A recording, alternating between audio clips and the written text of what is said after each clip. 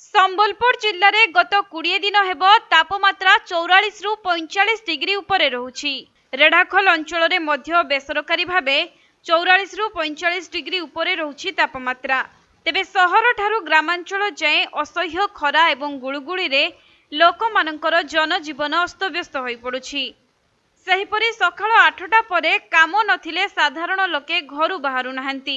अंशुघातरू रक्षा पाई प्रशासन पक्षरु लोकंकु बारंबार सचेतन करा जाउछि। सकाळु ऑफिस थिले ही कर्मचारी मानक व्यतीत जरूरी कार्य नथिले केही साधारण लोक बाहरु को आसु नाहंती।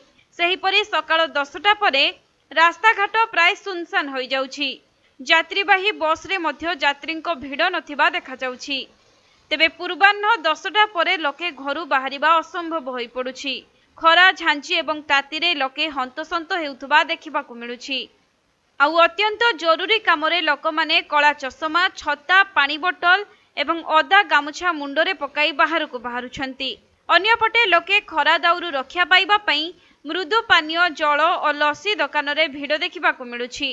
प्रचंड रुद्रताप जोगु जलाशय गुड़िक मध्य सुखिबारे लागिछि। फलरे जीवजंतु माने मध्य पानी पई डहळ बिकळ हेउछंती।